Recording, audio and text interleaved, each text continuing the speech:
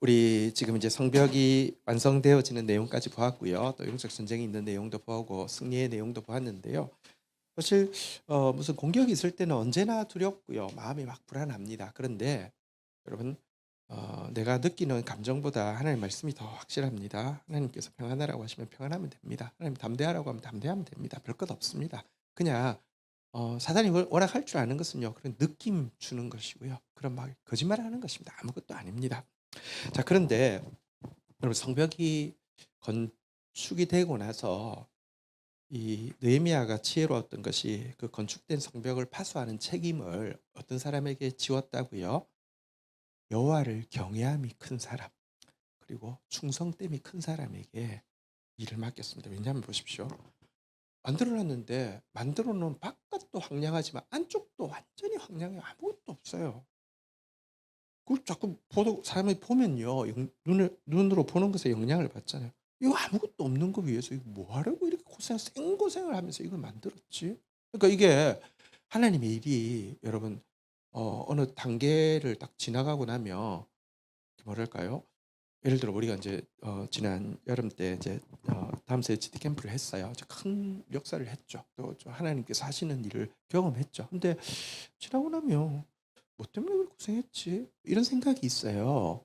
왜냐하면 뭔가를 했는데 좀 성벽을 지었는데 안에 보면 아무것도 없거든요. 황량하거든요. 그러니까 괜히 일하고 나면 시험 받는다는 말이, 일하고 나면 도리어 그냥 뭐 낙담하고 다운되기가 쉽다는 게 그게 워낙 법칙이 그렇습니다. 그런데 그때 여러분, 아무것도 보이지 않아도요. 여호와를 경외함이 큰 사람은 눈에 보이는 것보다 하나님이 크고 눈에 보이는 현실보다 하나님의 약속이 큰 거거든요.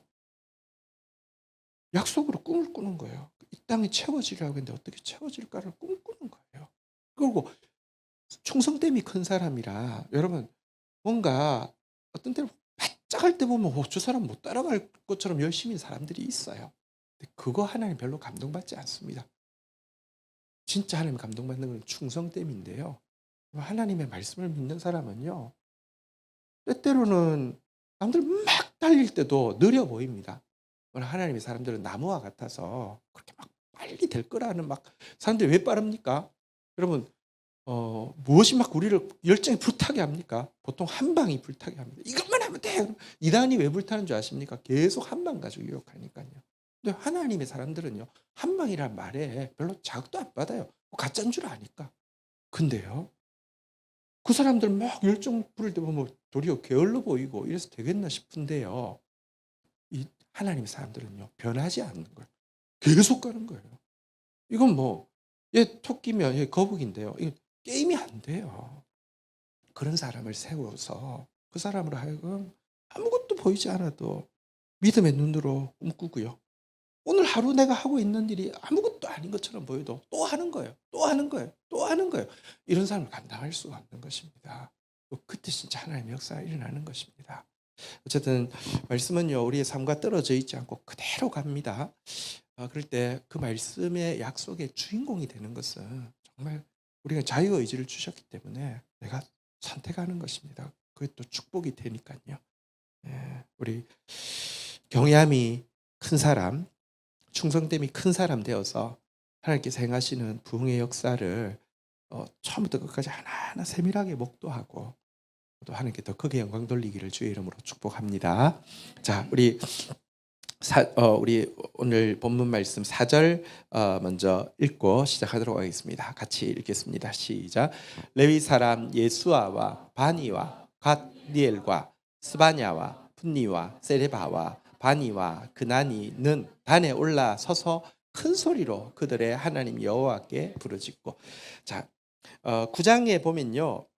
이스라엘 백성들이 이제 그 성벽 건축을 마치고 나니까 말씀을 향한 사모함이 막 생겨서 모였다가 이제 또 모였는데 말씀을 읽다 보니까 초막절 지키라고 하니까 또다시 모여서 초막절 지켰다가 초막절 지키고 나서 너무 큰 은혜가 임하고 나니까, 워낙은 초막절이 유대력으로 7월 이제 15일 이렇게 시작하는데요.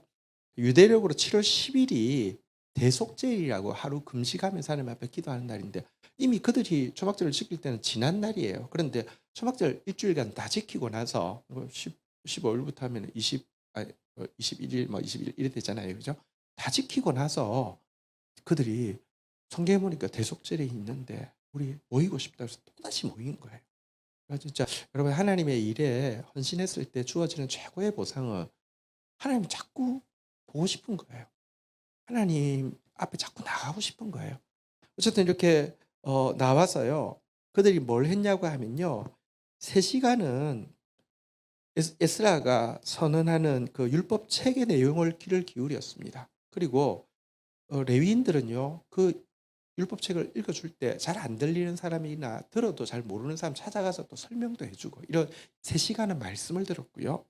말씀 딱 듣고 나면은 또 3시간은요. 하나님 앞에 막 그 자매하고 그 말씀 앞에서 말씀대로 살지 못했던 것들 하나하나 되짚어가면서 기도하는 일을 하고 있었는데요. 이렇게 말씀 듣고 기도하고 말씀 듣고 기도하고 있는 가운데 갑자기 그 레위 사람들이 그러니까 말씀을 풀어주기도 하고 설명해 주기도 하는 이 사람들이요. 그래서 사실 레위 사람들은 말씀을 풀어주기 때문에 대단히 학자적인 이미지가 많거든요. 그러니까 이 레위인들 중에서 성공한 사람들이 이제 서기관이 되는 거예요. 그러니까 되게 학자적이에요. 근데 이 사람들에게 갑자기 성령이 임했습니다. 보통 이런 스타일이 아니신데요.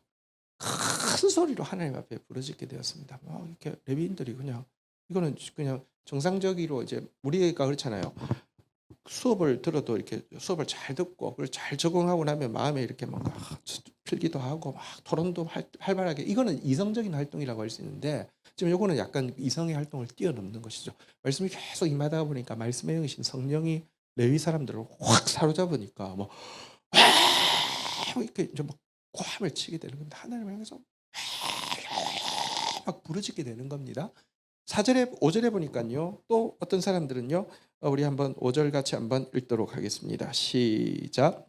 또 레위 사람 예수아와 감미엘과 바니와 하삽느야와 세레바와 호디야와 스바냐와 브다히야는 이르기를 너희 무리는 마땅히 일어나 영원까지 계시는 너희 하나님 여호와를 송축할지어다. 주여 주의 영화로운 이름을 송축할 것은 주의 이름이 존귀하며 모든 송축이나 찬양에서 뛰어남이니이다. 일부 레위인들은 하나님 앞에서 막 부르짖으면서 여호와를 향하면 막 외치고 또 일부 레위인들은요 백성들을 향해서 너희 무리는 마땅히 일어나라 하면서 모두 다 일어나라 이렇게 외칩니다. 왜? 영원부터 영원까지 계신 너희 하나님 여호와를 송축하기 위해서 일어나라 하면서 백성들에게 하나님을 찬양하라고 외치고 있습니다. 왜 그렇습니까? 하나님 앞에 찬양하라고만 외칠 뿐 아니라 자기가 하나님 앞에 찬양을 고백하죠. 주여 주의 영화로운 이름을 송축할 것은 주의 이름이 존귀하여 모든 송축이나 찬양에서 뛰어남이니이다. 당신은 우리가 할 수 있는 모든 찬양보다 훨씬 뛰어나신 분이시기에 우리는 당신을 찬양할 수밖에 없습니다. 이렇게 고백하고 있습니다. 한번 보십시오. 말씀 듣고 우리가 큐티라는 게 그렇잖아요. 말씀 듣고 내가 오늘 회개해야 될 게 뭐지? 내가 오늘 순종해야 될 게 뭐지? 이렇게 찾는 거잖아요. 그죠? 여러분 하나님 앞에서 회개하는 것도 중요합니다. 하나님 앞에서 순종하는 것도 중요합니다. 그런데요. 하나님께 집중할 때 제일 더 크게 일어나야 되는 일은 그분을 찬양하는 것입니다. 보십시오. 그분 말씀을 듣다가 나 이렇게 순종해야 되겠다 이런 생각도 들 수 있고 그분 말씀 듣다 나 이거 잘못했네 이거 깨달을 수도 있지만 여러분 정말로 그분이 하나님이시고 지금 이후에도 나오겠지만 창조주 하나님이시고 구원주 하나님이시고 초월하시는 사랑의 하나님이시라고 하면 먼저 그분께 와 이게 더 정상적인 반응이란 말입니다. 그래서 이분들이 그렇게 깊이 회개하고 그렇게 깊이 순종하기 위해서 몸부림치다가 그거 이전에 하나님을 향한 더 큰 찬양이 시작되어지는 그런 장면입니다. 우리의 어떤 기도의 제목도 혹은 우리의 어떤 회개의 제목도 우리의 어떤 순종의 결단도 하나님을 향한 송축과 찬양보다 더 클 수 없습니다. 인간은 그 누구도 하나님을 지나치게 찬송할 수 없습니다. 우리가 드릴 수 있는 최고의 찬양도 실제 그분의 영광에 비하면 너무 부족합니다. 다윗의 찬양은 하나님의 영광의 몇 프로 정도를 묘사하며 몇 프로 정도 격에 맞았을까요? 게임이 안 됩니다. 그래서 진짜 하나님 앞에서 우리가 해야 될 일은 하나님을 찬양하는 일입니다. 지금도 사실은 우리가 하나님 앞에 설 때마다 기도할 제목들이 많죠. 회개할 것도 너무 많고요. 또 간구할 것도 너무 많습니다. 또 우리가 낙담이 되기 때문에 또 이렇게 막 하나님 말씀 때문에 우리를 막 격려할 것도 많습니다. 근데요, 먼저 하나님께 눈을 맞추십시오. 한번 따라하겠습니다. 주여, 주의 영화로우신 이름을 송축하올 것은 주의 이름이 존귀하여 모든 송축이나 모든 찬양에서 뛰어남이니이다. 어쨌든 아주 이성적인 이렇게 사경의 분위기였다가 갑자기 성령이 임하셨어요. 막 폭발적이니까 이성의 분위기를 뛰어넘는 막 외치면서 찬양하라 하고 예, 되었습니다. 네. 자, 우리 이제 찬양의 내용이 이제 나옵니다. 자, 6절 먼저 한번 읽도록 하겠습니다. 읽겠습니다. 시작. 오직 주는 여호와시라. 하늘과 하늘들의 하늘과 이럴 성신과 땅과 땅 위의 만물과 바다와 그 가운데 있는 모든 것을 지으시고 다 보존하시되 모든 천군이 주께 경배하니라. 왜 하나님 찬양해야 되는지 이유를 첫 번째로는 그 하나님이 만물을 창조하신 분이시기 때문에 여러분 보십시오. 하늘과 하늘들의 하늘과 우리가 우주를 다 알 수 없지만 대기권도 있고 그 이상의 세계도 있고 우리가 알지 못하는 이 세계까지 있잖아요. 일월성신 또 밑으로는 땅과 땅 위의 만물 또 바다로 가면요. 바다와 그 속에 있는 모든 것 전부 하나님이 지으시고요. 또 한번 따라하겠습니다. 다 보존하시오니 전부 하나님이 지금도 보존하고 계십니다. 하나님의 보존 가운데 이 지구가 존재합니다. 하나님 없이는요, 지구의 시작도 없었고요, 지구의 현재도 없습니다. 또 사실은 지구의 미래도 없습니다. 이대로 인간에게만 맡겨둔다고 하면 지구의 미래가 없습니다. 요즘 너무 덥잖아요, 그죠?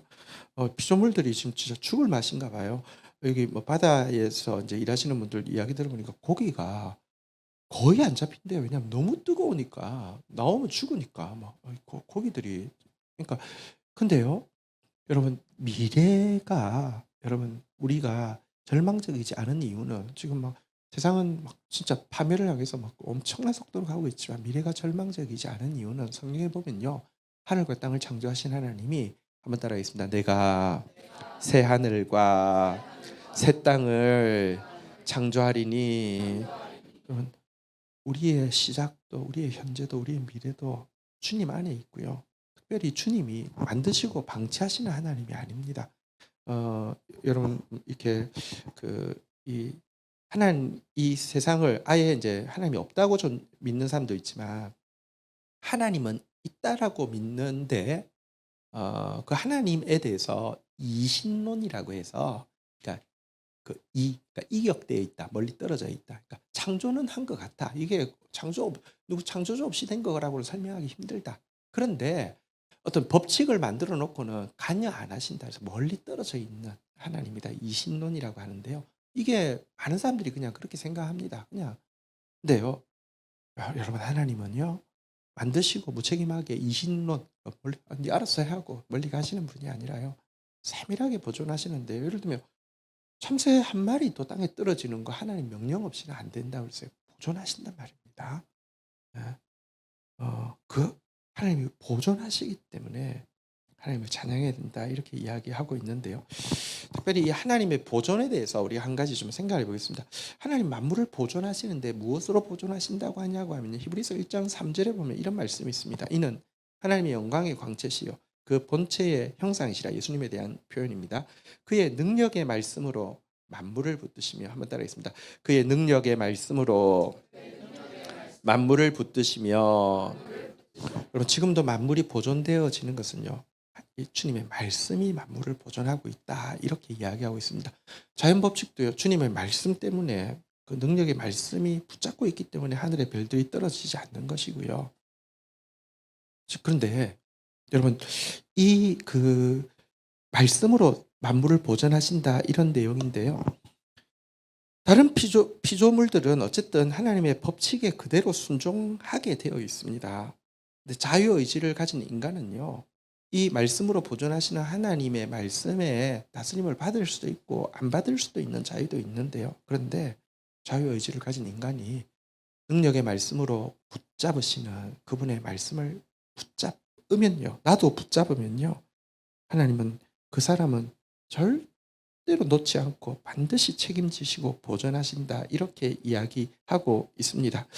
여러분 여기 보면 우리 시편 12편으로 한번 가보겠습니다. 6절 한번 보겠습니다. 6절부터 볼게요. 여호와의 말씀은 순결하며 흑도가니에 7번 단련한 은같도다라고 하면서 그 말씀이요 7절 같이 한번 읽도록 하겠습니다. 시작.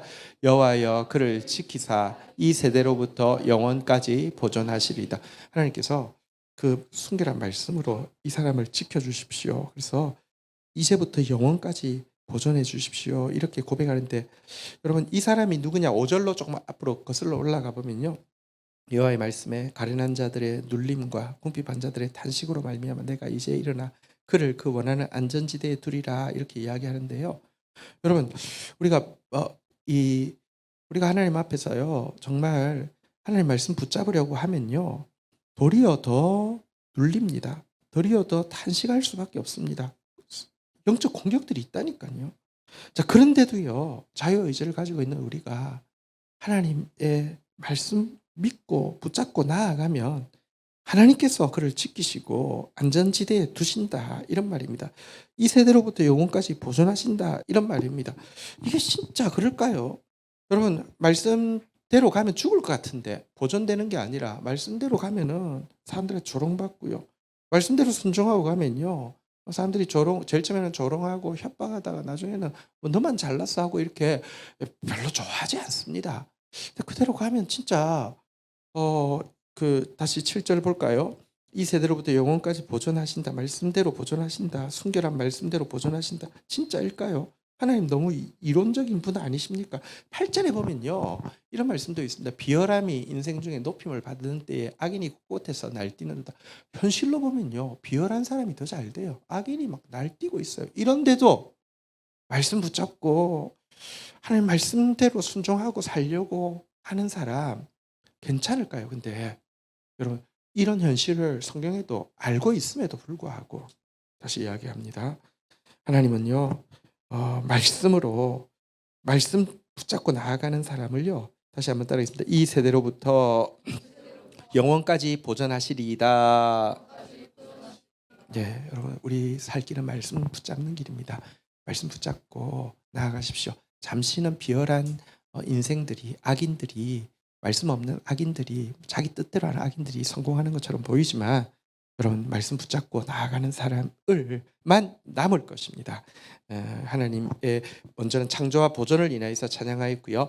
7절부터의 내용은 이제 그 일반 은총이 아니라 특별 은총으로 들어가서 선택하시고 언약을 주시고 성취하시는 주님에 대한 찬양입니다. 교독하겠습니다. 주는 하나님 여호와시라 옛적에 아브라함을 택하시고 갈대아 우르에서 인도하여 내시고 아브라함이란 이름을 주시고 8절 읽겠습니다. 시작.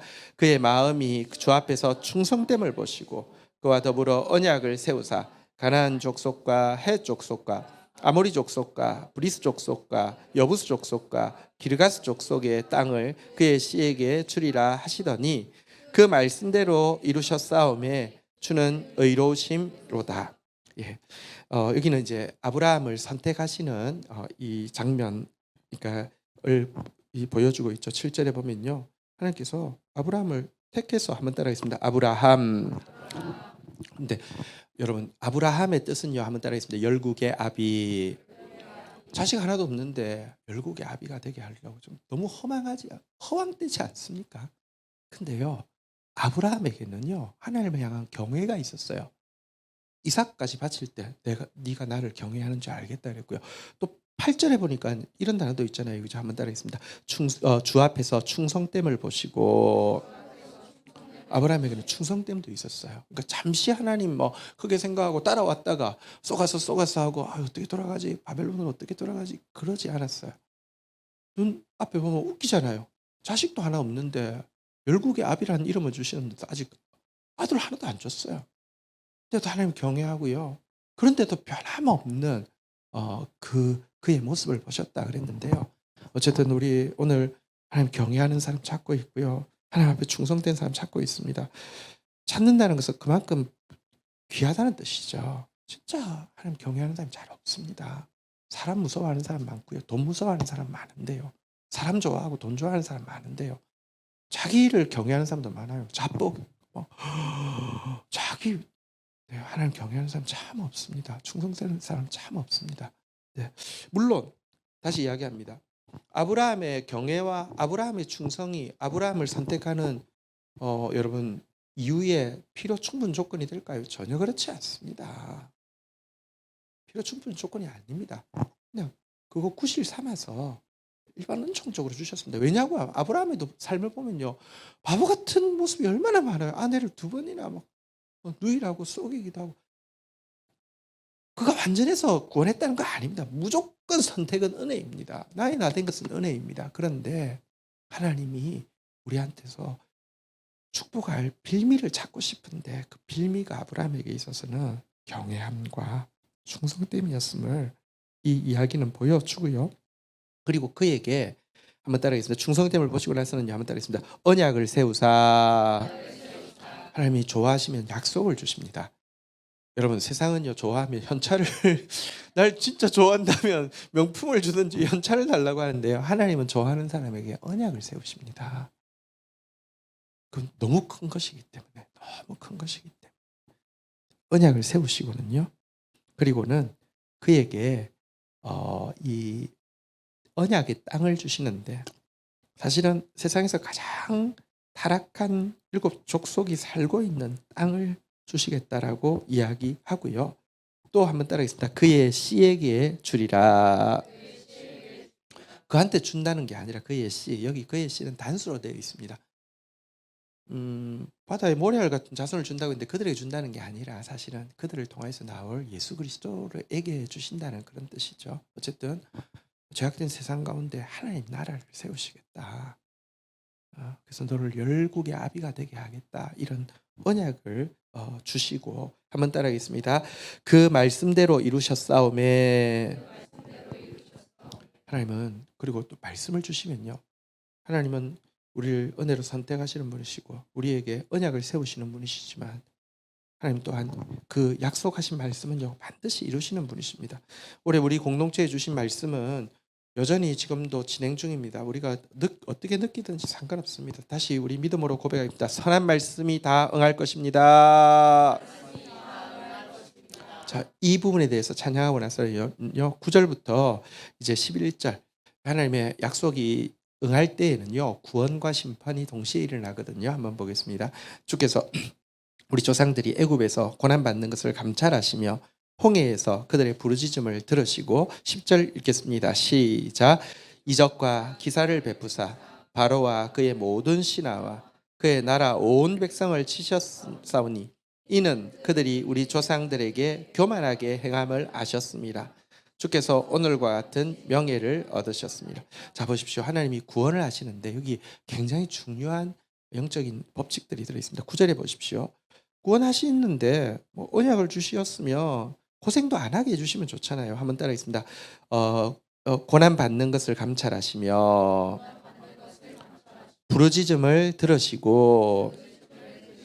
그리고 구원이 언제 임하냐고 하면 고난 받고 있을 때, 부르짖고 있을 때 하나님께서 구원하셨다라고 이야기합니다. 고난 받지 않는데 구원하지도 않았고요. 부르짖지 않을 때 구원하지도 않았다라고 이야기합니다. 근데요, 여러분 사실 지금 구원받는 이스라엘 백성, 이것은 이제 출애굽하는 것을 이야기하는 출애굽하는 이스라엘 백성들은 정말 의로웠습니까? 아니요. 출애굽할 때부터 문제투성이었어요. 그런데요. 하나님은 공의로우신데 출애굽할 때부터 400년 동안 거기서 종살이 했는데도 문제투성이었어요. 알아요. 그런데요. 왜 공의로운데 왜 구원하시느냐? 죄인은 죄인인데 고난받는 죄인이고요. 죄인은 죄인인데 부르짖는 죄인이 지금 이스라엘이고요. 자, 똑같이 이집트 사람은 그러면 이스라엘 사람에 비해서 현저하게 더 너무 악해서 이건 심판해도 되는 것이었을까요? 그렇지도 않아요. 똑같은 죄인이에요. 10절에 보면 그런데요. 그들은요. 지금 박해하는 이집트 사람은요. 바로와 그 모든 신하 그 온 백성을 치셨는데요. 이는 그들이 우리 조상들에게 교만하게 행함을 아셨습니다. 이들은요 같은 죄인인데 자신들이 훨씬 우월한 존재라고 생각하는 교만에는 항상 강포가 따라요. 내가 교만하면요 다른 사람들에 대해서 함부로 대해요.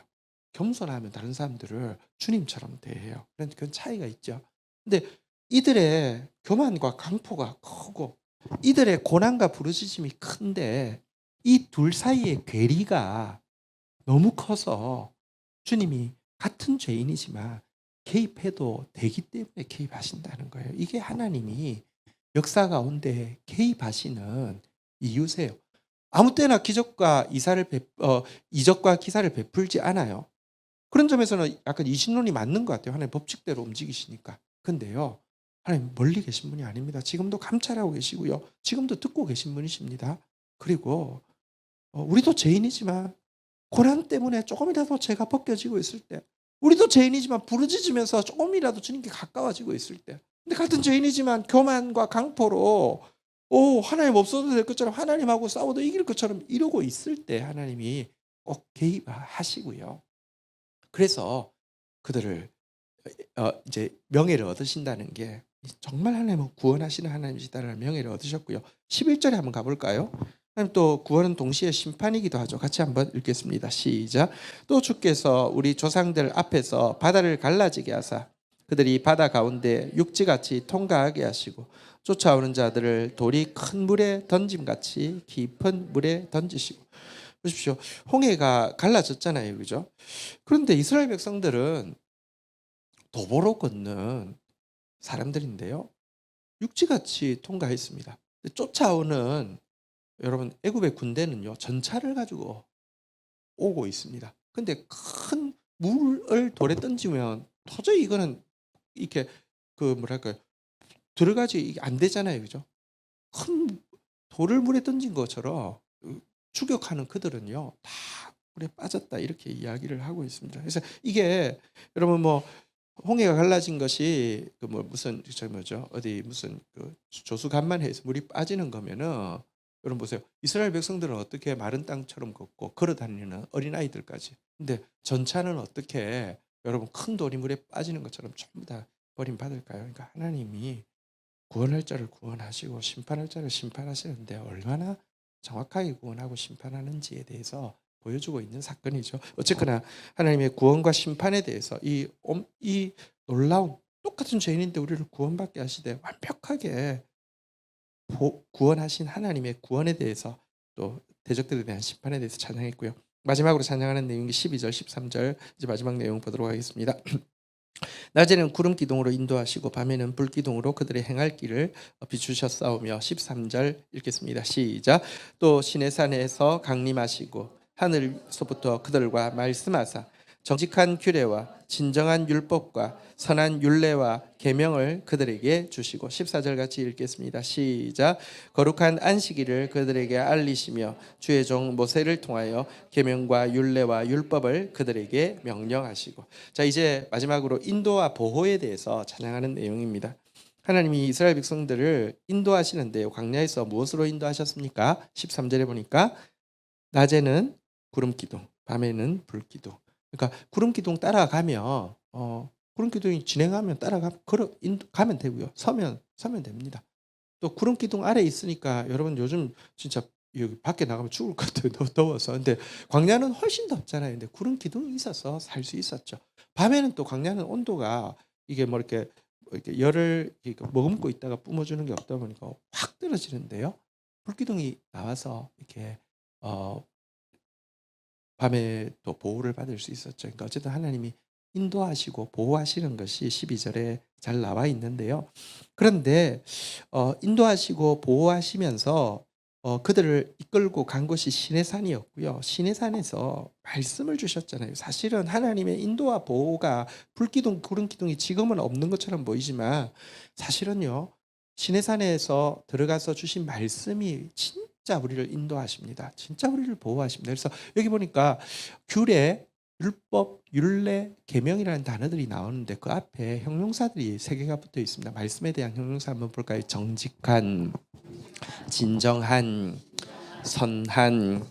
여러분 말씀이 인도하는 것이 왜 이렇게 정확하고 말씀이 인도하는 말씀의 보호가 왜 이렇게 정확한 줄 아십니까? 첫 번째는요. 한번 따라하겠습니다.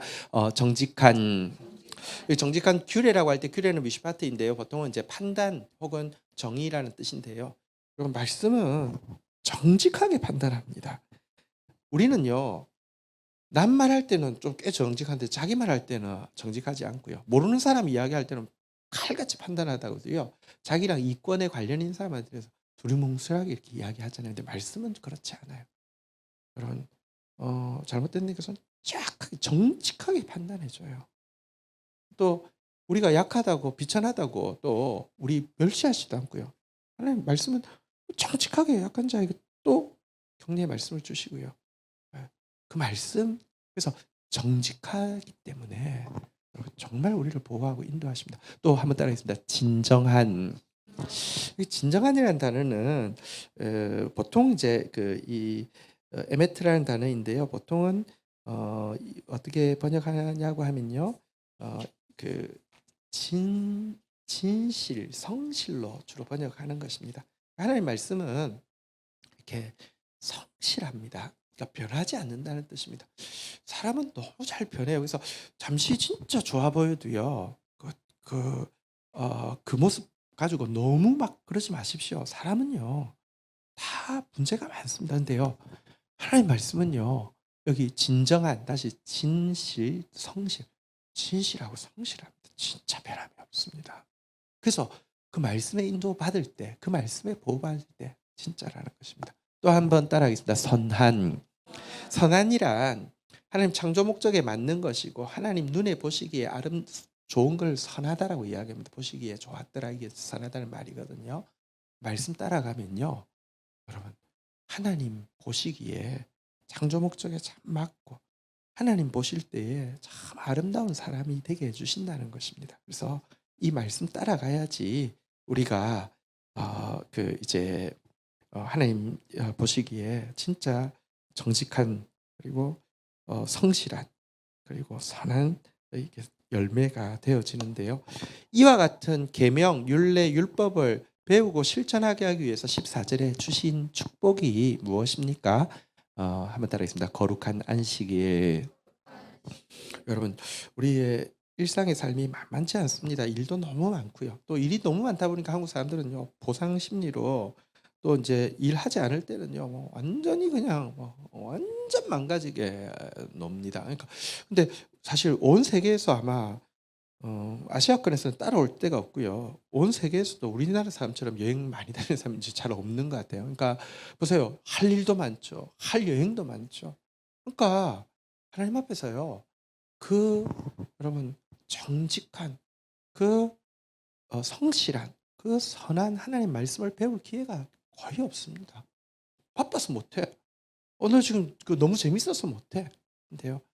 그래서 하나님께서 거룩한 안식일 구별해서 주시고 진짜 우리를 살게 하고 또 우리를 보존하시는 계명, 율례, 율법을 지킬 수 있게 하셨다고 하면서 안식일로 인해서 하나님을 찬양합니다.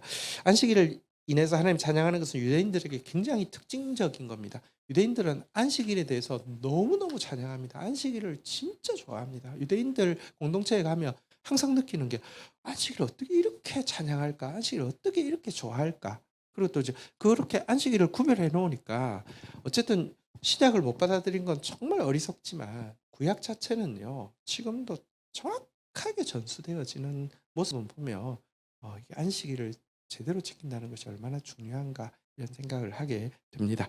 자, 어쨌든 오늘 이 레위인들이 하나님을 찬양했던 이 찬양 한번 따라하겠습니다. 마땅히 여호와를 송축할지어다.